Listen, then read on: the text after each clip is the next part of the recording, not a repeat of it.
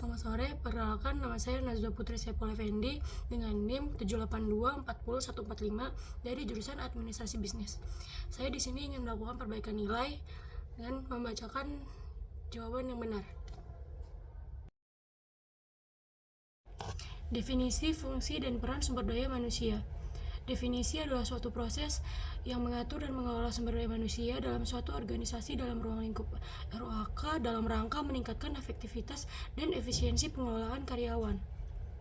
Fungsi sumber daya manusia adalah rekrutmen dan seleksi karyawan, pelatihan dan pengembangan karyawan, pengelolaan kinerja, pengelolaan kompensasi, dan tunjangan karyawan. Peran SDM yaitu berkontribusi terhadap keberhasilan organisasi melalui peningkatan kinerja, mengurangi turnover, dan menciptakan budaya kerja positif.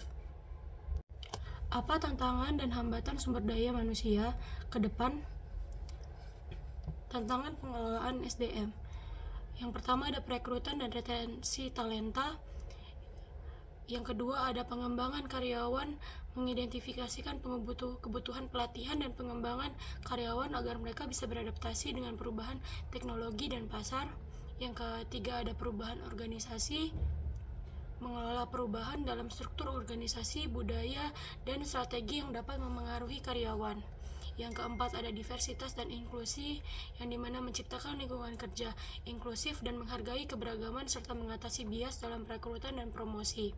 Yang kelima adalah keseimbangan kerja dan kehidupan, mendorong karyawan untuk mencapai keseimbangan antara pekerjaan dan kehidupan pribadi, terutama di era kerja jarak jauh. Hambatan pengelolaan SDM. Yang pertama ada keterbatasan anggaran. Sumber daya yang terbatas dapat menyulitkan pelaksanaan program pelatihan dan pengembangan. Yang kedua adalah kepatuhan hukum, mematuhi berbagai regulasi ketenagakerjaan yang terus berubah dan kompleks. Yang ketiga ada komunikasi internal, yang dimana kurangnya komunikatif dan yang efektif dapat menyebabkan kesalahpahaman dan konflik di tempat kerja. Yang keempat ada resistensi terhadap perubahan, karyawan mungkin enggan menerima perubahan dalam kebijakan atau prosedur yang dapat menghambat implementasi strategi baru. Yang kelima ada teknologi dan digitalisasi, yang dimana mengintegrasikan teknologi baru dalam proses HR dan memastikan karyawan memiliki keterampilan yang diperlukan untuk menggunakannya.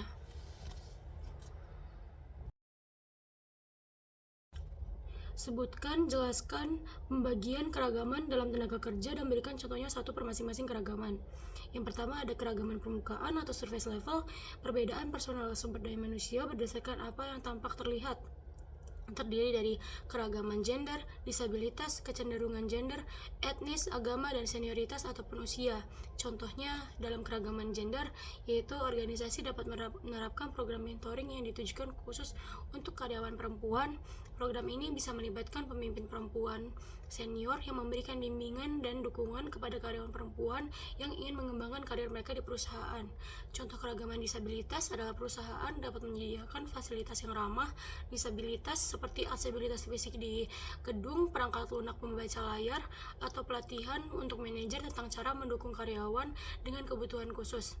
Ini membantu menciptakan lingkungan kerja yang lebih inklusif. Contoh keragaman agama yaitu menawarkan ruang ibadah bagi karyawan yang membutuhkan waktu untuk beribadah serta menyediakan fleksibilitas dalam jadwal kerja untuk memenuhi kebutuhan hari libur agama. Ini menunjukkan penghargaan terhadap keyakinan spiritual karyawan. Contoh keragaman senioritas atau usia yaitu menerapkan program pelatihan yang melibatkan kolaborasi antara karyawan muda dan senior. Misalnya karyawan senior yang bisa membagikan pengalaman dan pengetahuan mereka, sementara karyawan muda bisa mengajarkan keterampilan teknologi baru. Ini mengoptimalkan potensi setiap generasi. Selain surface level, ada deep level atau keragaman dalam, yang dimana perbedaan personal sumber daya manusia berdasarkan apa yang tidak dapat dilihat. Yang pertama mungkin ada number aptitude, yang dimana itu kemampuan untuk memahami, mengelola, dan menggunakan angka atau data numerik. Ini mencakup keterampilan dalam melakukan operasi matematika, analisis data, dan pemecahan masalah yang melibatkan angka.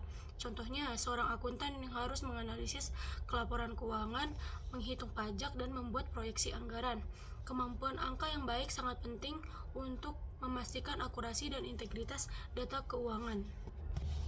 Yang kedua, ada perceptual speed, yaitu kemampuan untuk dengan cepat dan akurat mengevaluasi atau mengidentifikasi informasi visual.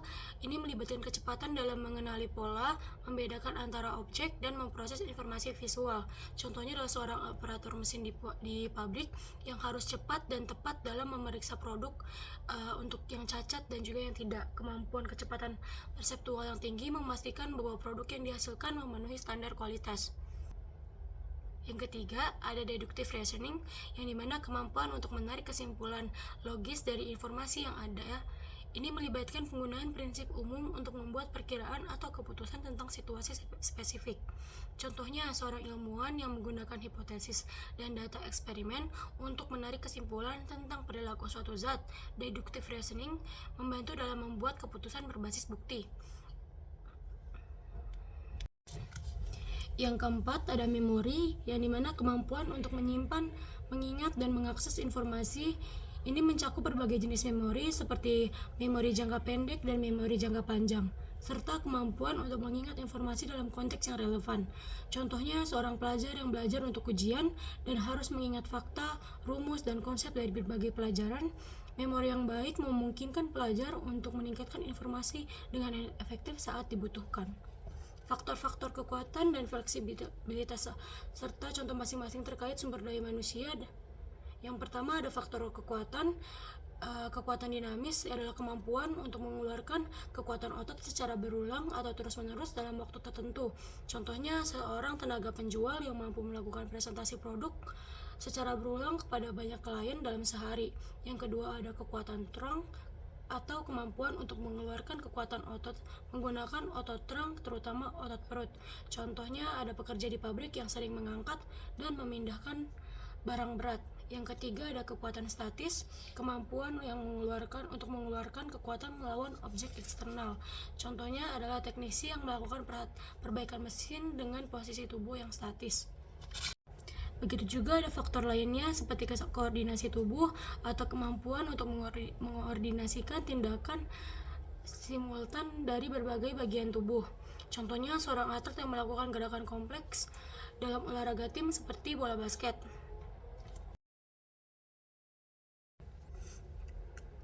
Apa definisi EEO?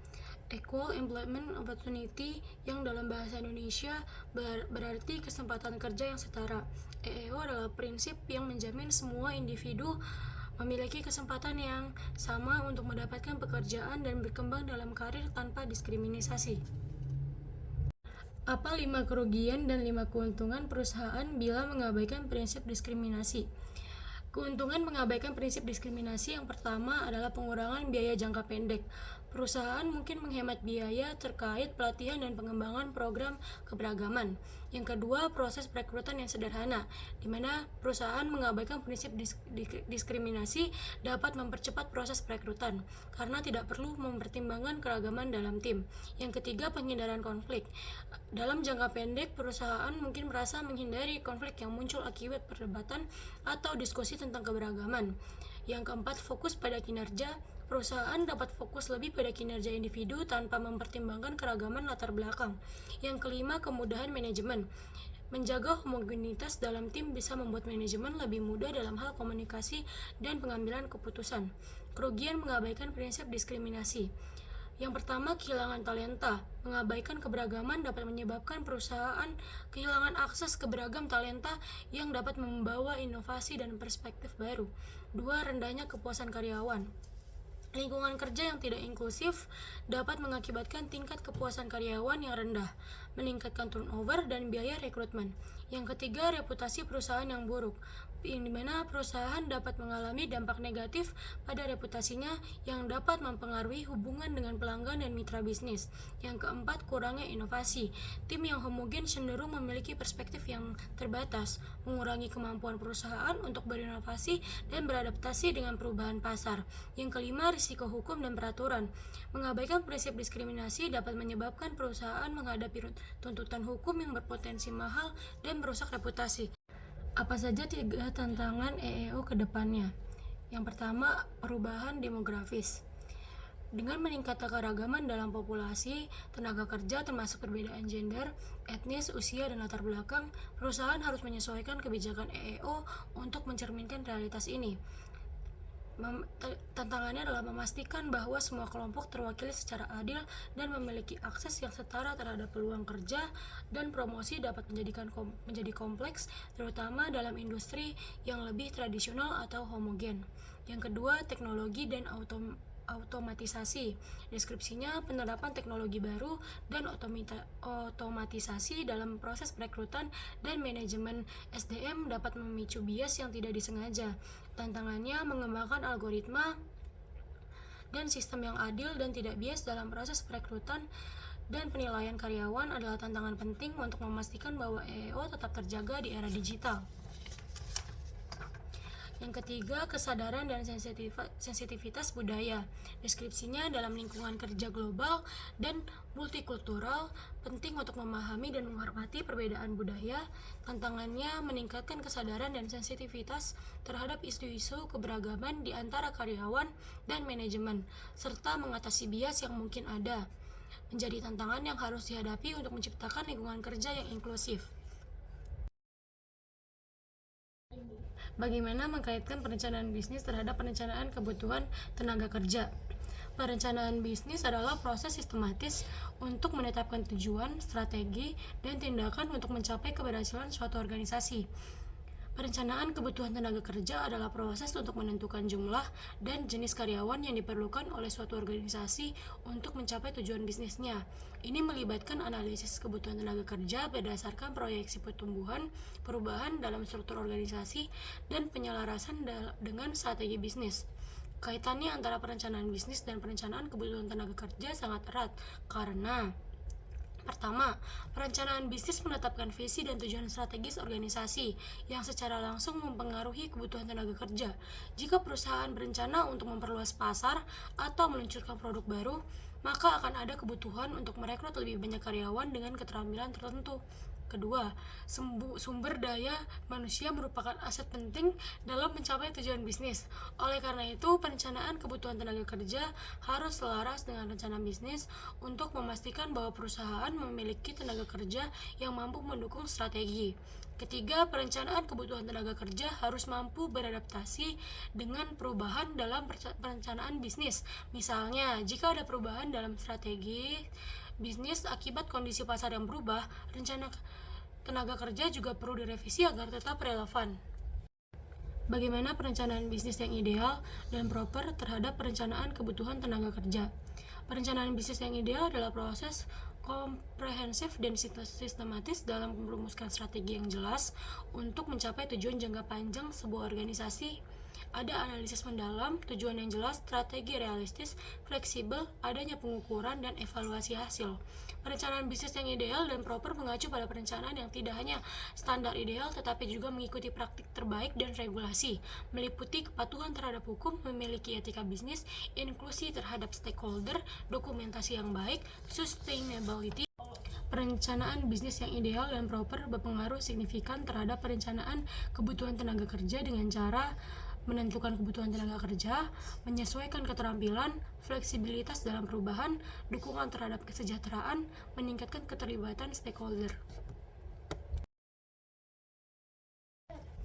Bagaimana menjelaskan simulasi rekrutmen terhadap seleksi karyawan dan evaluasi wawancara kandidat pelamar kerja? Yang pertama, rekrutmen adalah proses pencarian dan pengundangan calon karyawan untuk mengisi posisi yang tersedia dalam suatu organisasi. Tujuan dari rekrutmen adalah untuk menarik kandidat yang memiliki kualifikasi dan potensi yang sesuai dengan kebutuhan perusahaan, sehingga dapat meningkatkan kualitas sumber daya manusia. Seleksi adalah proses penilaian dan pemilihan calon karyawan dari kumpulan pelamar yang telah direkrut. Proses ini melibatkan berbagai metode seperti wawancara, tes kemampuan, dan penilaian psikologis untuk mengevaluasi kesesuaian kandidat dengan posisi yang ditawarkan. Tujuannya adalah untuk memilih kandidat yang paling cocok dan berkualitas untuk dipekerjakan. Yang ketiga, ada evaluasi seleksi. Evaluasi seleksi adalah proses penilaian efektivitas dan efisiensi dari metode seleksi yang digunakan. Ini meliputi analisis hasil seleksi seperti tingkat keberhasilan kandidat dalam menjalankan tugas dan kontribusi mereka terhadap organisasi. Evaluasi ini membantu perusahaan untuk memahami apakah proses seleksi yang diterapkan sudah tepat dan untuk melakukan perbaikan jika diperlukan. Simulasi rekrutmen adalah proses yang meniru situasi nyata dalam lingkungan kerja untuk menilai kemampuan, keterampilan, dan kecocokan kandidat dengan posisi yang dilamar. Seperti yang dilakukan oleh simulasi kelompok saya adalah yang pertama yang kami lakukan adalah membuat desain simulasi, di mana kami merancang skenario berupa pertanyaan berdasarkan tanggung jawab dan tantangan yang relevan dengan posisi yang dilamar. Desain ini mencakup detail di situasi, tujuan yang ingin dicapai, serta parameter penilaian yang digunakan. Lalu yang kedua, kami melakukan wawancara dengan kandidat. Yang ketiga, tim rekrutmen atau penilaian mengamati kandidat selama wawancara ini, serta memberikan umpan balik kepada kandidat mengenai kinerja mereka. Hasil dari simulasi ini digunakan bersamaan dengan alat seleksi lainnya seperti wawancara dan tes keterampilan. Yang kedua, ada evaluasi wawancara kandidat pelamar kerja. Kami mempersiapkan pertanyaan yang mencakup pengalaman kerja dan keterampilan teknis, serta kami melakukan penilaian keterampilan dan sikap, seperti kemampuan, komunikasi, kerjasama, dan adaptabilitas, juga sikap dan motivasi kandidat. Yang ketiga, kami menyesuaikan budaya dengan cara mempertimbangkan bagaimana kandidat cocok dengan budaya organisasi terkait nilai-nilai dan etika kerja mereka. Keempat, kami membuat catatan selama wawancara untuk mencatat poin-poin penting dan kesan yang didapat dari kandidat. Langkah selanjutnya, kami melakukan diskusi hasil wawancara dengan tim rekrutmen untuk mendapatkan perspektif yang lebih luas. Langkah terakhir, kami mengambil keputusan berdasarkan data yang telah didapat.